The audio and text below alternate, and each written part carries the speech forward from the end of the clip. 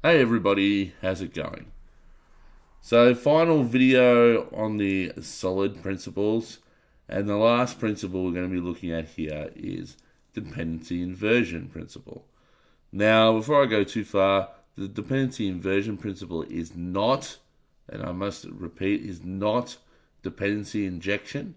A lot of people make the mistake of confusing this with dependency injection. Dependency injection is about how we are able to set the dependencies for a particular class or method, right, without us having to manually do it ourselves, okay, in code. That is a different topic. That is something we may cover in a future video. But the purpose of dependency inversion is to describe the abstraction, so to speak, and I'll explain in a minute what an abstraction is, basically to define the abstractions that a class requires, right? So the two definitions that dependency inversion principle follows or adheres to is the following. So the first one is high level modules should not depend on low level modules. Both should depend on abstractions, right? So what this is basically saying is that if you have a class and that class has, let's say, a couple of dependencies in it, right, that you require from other classes, rather than hard coding those classes like directly, what you would do is create an abstraction that those classes can adhere to, and the class will depend on those abstractions. What this does is that it makes you more flexible in the sense of if you want to change how the implementation works later, you can do so. Okay? And that kind of ties into the second point here, which is abstractions should not depend on details. Details should depend on abstractions. So with this said, what we're saying is if we have a class that requires certain things to be done, basically we should be abstracting away as much of the detail as possible so that we can replace and change it later. Okay. Now what I've said here in regards to an abstraction is basically that an abstraction is simply a way of showing intent a certain piece of code will do without giving away the details of how it does it, right?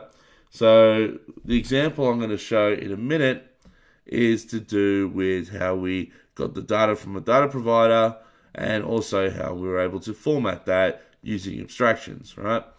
Now, the other terms you might hear around dependency inversion is the separation of concerns. So that's basically taking away certain concerns that a class needs to care about. And the other word you may hear a lot around dependency inversion is the idea of decoupling. They're all fancy phrases to represent essentially this principle, okay? So let's take a look at the code and I'll talk about how we're already tackled this dependency inversion principle. So I've got the code in front of me right now, and as you can see, this is the result of the report generator code we saw at the end of the single responsibility principle. Now the idea of that principle was basically to work out what code actually made sense to sit in this class and what dependencies we would have from this class, from the outcome of seeing what was in every method, right? So originally what we had was we had the responsibility of the data provider here existing inside the generate reporter string, and we also had the code that sits inside the JSON report formatter now that was also sitting inside this method. So we took all that code out, we created two dependencies, and we put the code that was responsible for both these dependencies into these classes. Now, the problem with this code at the moment is that the report generator is heavily tied to the detail of the data provider and the detail of the JSON report formatter, right? So, basically what the dependency inversion principle tries to get us to do is to get away from defining classes as dependencies like this and to better improve this by using an abstraction, okay? So an abstraction in C# is essentially, instead of using classes, we can either use an abstract class or a base class that can be used to work against this class itself, or we can use an interface. Now, the example I'm going to show in a second is using interfaces. So, with that said, I'm going to come to the report generator at the end of the open and closed principle video. And that looks like this.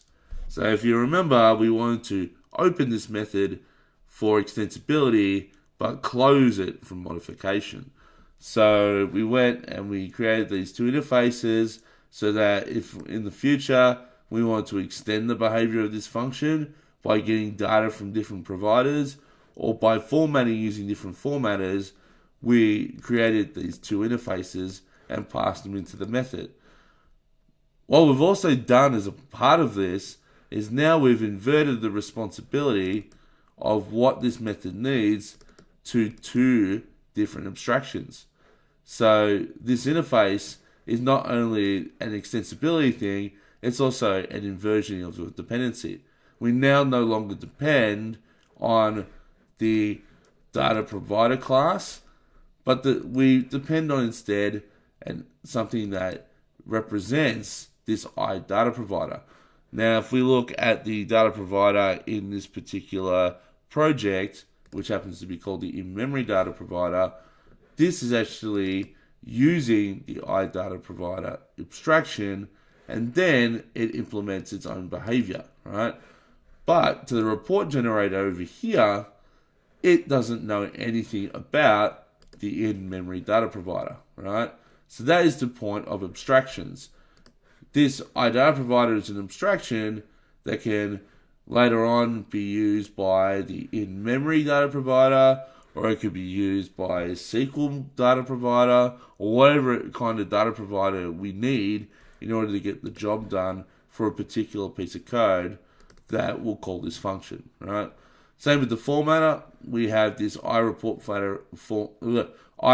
format abstraction that this report generator doesn't understand the details behind this call, but then when we look over at our JSON report formatter, we can see exactly what it's doing in the sense of it's just serializing an object, right? But it too is using the iReport formatter abstraction, or interface in this case, to define the method, right? And then back over the report generator, we just call that method from the abstraction. So once again, if later on we want to use maybe a CSV report formatter, we can do this without ever having to be concerned with what goes on here, right? As long as the abstraction calls the class calls the right method of the abstraction here, this will always work as intended, and as long as these two things work the right way. Okay, basically this code is now never having to be changed, as I mentioned with the open and close principle, and we can change what happens in here at any time, and we're not concerned about any of the details of these two things.